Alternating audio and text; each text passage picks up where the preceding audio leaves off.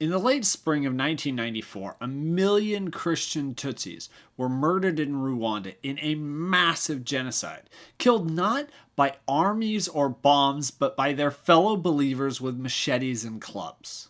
For more information on what happened in that genocide, see my previous video, a link in the description. And another video will look into the causes of genocide itself. But today I want to talk about the church in Rwanda. Remember that Rwanda was a heavily Christian nation at the time of the genocide. And the Christian church, in particularly the Catholic Church, was powerful and commanded authority. How could all of these denominations fail to stop the genocide? Worse, why were they almost universally incapable of even speaking strongly against such evil? Now, this is not a simple issue. And many causes, of course, went into it. But I want to single out one issue as a foundational, systemic problem in the Rwandan church that we suffer from as well today. Namely, that the church as a whole had linked itself too closely with the government. From the beginning, as well-educated Europeans, priests often had a double duty as both appointed representatives of the state and representatives of the church. Sort of like Franklin Graham. Is he a pastor or is he a political operative? Well, both. And which hat he uses when gets blurry, even to him sometimes. Same thing. When Rwandan independence from Belgium finally came, Christian priests and pastors helped to write the Bahutu Manifesto, which is a document that described Hutu and Tutsi as separate people, and called on the Hutu to throw off their oppression by the Tutsi as well as by the Belgians. Now, this manifesto became the theological and moral soil that genocide grew from. Other priests regularly worked on political councils and allowed political statements to be couched in religious terms. One pro-Hutu magazine went so far as to say, "It is God who has given the president the power to direct the country. It is he who will show him the path to follow." With so much effort being thrown into supporting it, the church was quick to believe the government excuses and slow to condemn the genocide when it finally did start. 4 days after it began, with dead bodies already piling up in many churches across the country, the dominant Roman Catholic bishops issued a statement saying they supported the Hutu government and asking Rwandans to respond favorably to calls from the new authorities and help them realize the goals that they had set out. The closest they came to mentioning the genocide was in denouncing the troublemakers who were working throughout the country. The church fully bought into the lie that the genocide was happening despite the Rwandan government's desires, when in fact the new Hutu government were the ones leading and planning the genocide.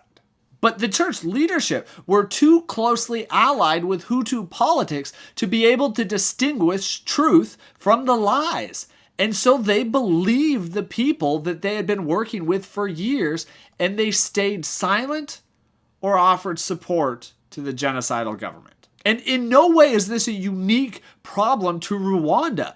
We suffer the same problem with some pastors getting so invested in a particular political party that they excuse anything rather than admit that their chosen side is in the wrong on something.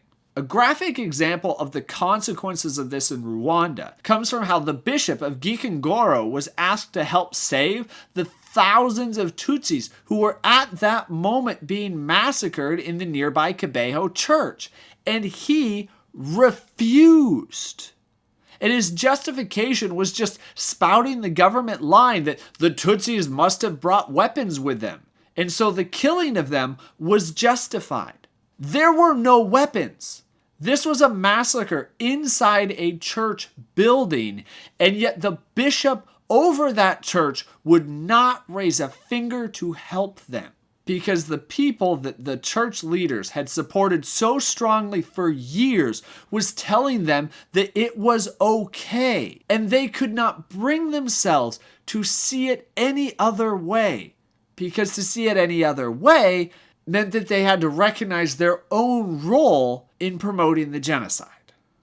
or at least the foundation of the genocide. 8 weeks later, with many of the major massacres happening on church grounds, a group of Christian leaders could only condemn the violence on both sides and call for it to stop. That is as close as they could get to seeing what was really happening. And I'm not saying that individual Christians should not be involved in politics. What I am saying is that the church as a whole, the church corporate, cannot be allied with a particular political faction. No political party accurately represents all the facets of Christ.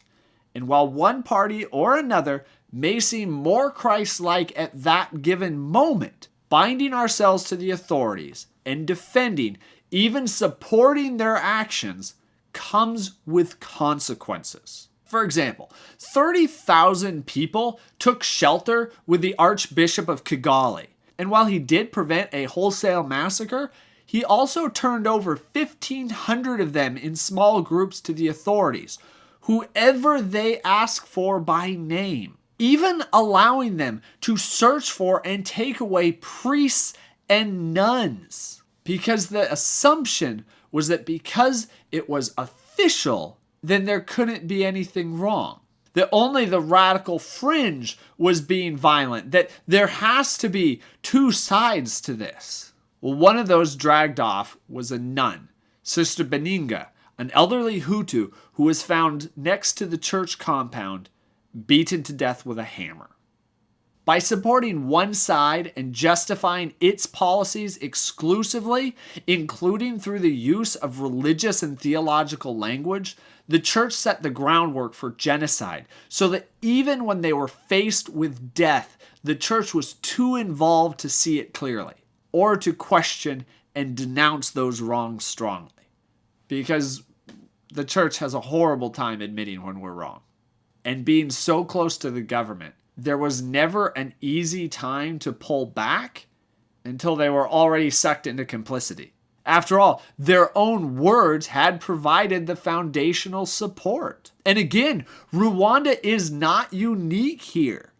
Pastors in America vehemently defended invading two nations in revenge for September 11th. And churches were complicit in Germany during World War II as well. The closer we get to power, the less we can speak against it. And when we are actively involved in building up a political party or movement, the church invariably is silent against even its most grievous abuses. Next week, I'll take a look at how even the individual faith of many Rwandans failed to keep them from participating in genocide. But until then, thank you for watching. Have a great week. See you next video.